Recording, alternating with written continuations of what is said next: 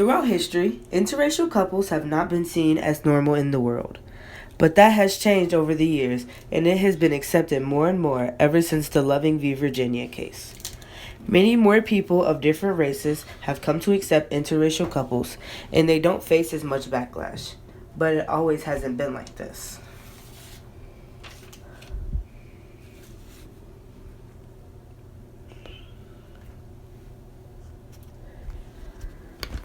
In June 1958, Richard and Mildred Loving were married in Washington District of Columbia.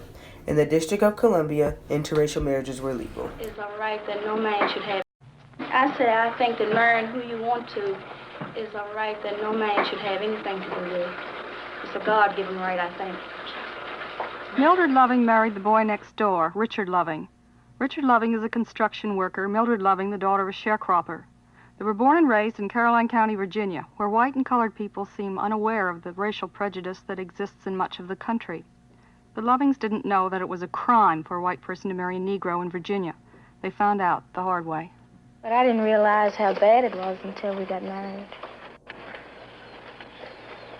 Full of love themselves, they didn't expect to find hate in others. Their home swarms with children, their own 3, as well as neighborhood friends who enjoy the warmth here. Mrs. Loving recalls how the ordeal began one night in 1958. The night we were arrested, I guess it was about 2 a.m. And I saw this light, and I woke up, and it was the policeman standing beside the bed.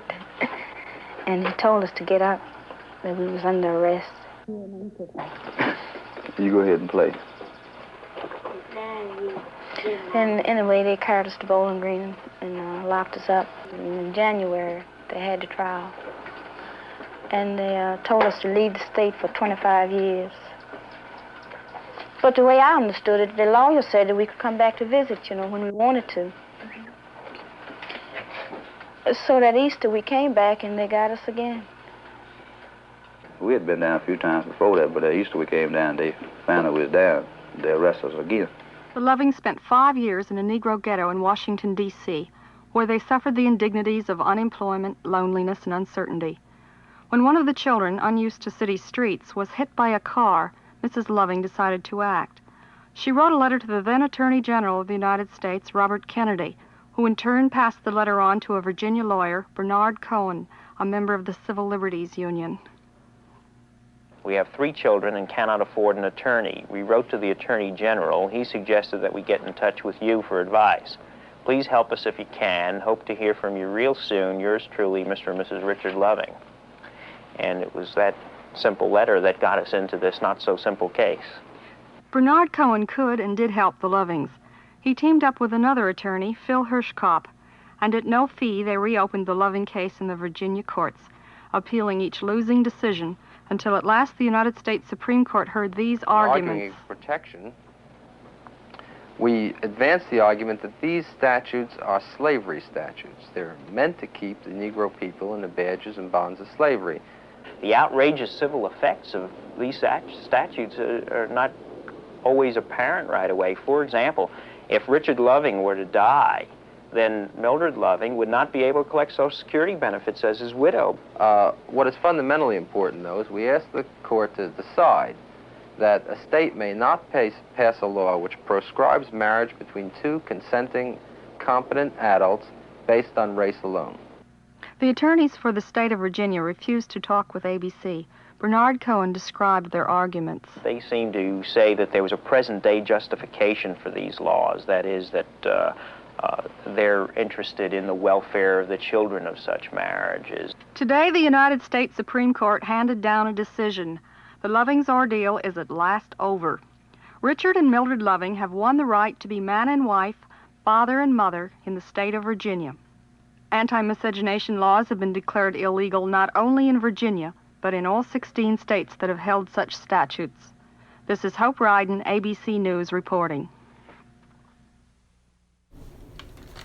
After having to leave Virginia, they moved to Washington, D.C. They lived there for several years. They had 3 children, 2 sons named Sidney and Donald, and a daughter named Peggy, who all longed to return home. After Mrs. Loving had written a letter to Robert F. Kennedy, they were referred to the ACLU, the American Civil Liberties Union, and they had agreed to take their case. After they took their case, they went to trial in the Virginia Supreme Court.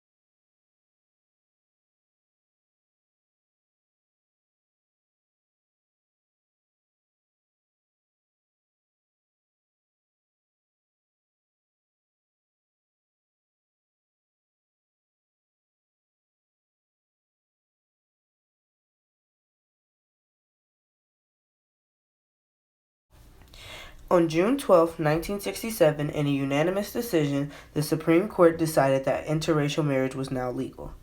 16 states also struck down laws against interracial marriage. In 2016, there was a movie made.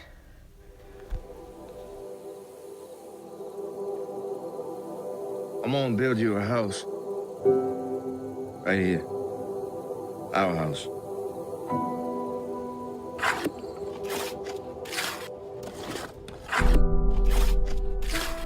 I'm gonna take Mildred up to D.C. and get married.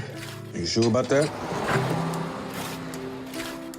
By the power vested in me by the District of Columbia, I now pronounce you husband and wife.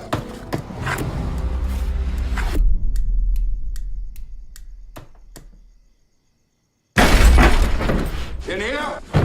Richard! What you doing in bed with that woman? I'm his wife. That's no good here. Richard Perry Loving being a white person and Mildred Jeter being a colored person did unlawfully cohabitate as man and wife. Richard? That ain't right! I believe this is a battle that could go all the way to the Supreme Court. We ain't hurting anybody. The state of Virginia will argue that it is unfair to bring children of mixed race into the world. Tell that woman to come out here. I won't raise my family here. I don't care what they do to us. Get Peggy inside!